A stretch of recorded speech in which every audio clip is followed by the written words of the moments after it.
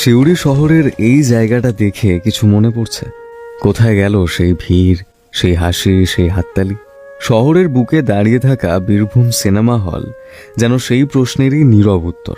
School bunk মেরে হোক বা অফিস ফাঁকি দিয়ে, তখন সিনেমা দেখার রোমাঞ্চ ছিল একেবারে অন্যরকম।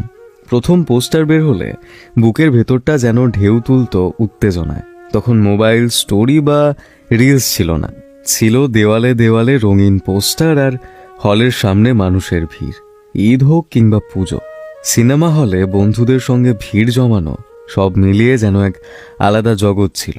কিন্তু আজ সেই উত্তেজনা হারিয়ে যাচ্ছে, এক এক করে বন্ধ হয়ে যাচ্ছে সিনেমা হল, ফিকে হয়ে যাচ্ছে আমাদের ছোটবেলার স্মৃতিগুলো। তবে এখনো শহরের কোথাও একটা দুটো সিনেমা হল চোখে পড়লেও সেগুলোতেও আর আগের মতো মানুষের ঢল দেখা যায় না। সেই জায়গাগুলো ধীরে ধীরে হারিয়ে যাচ্ছে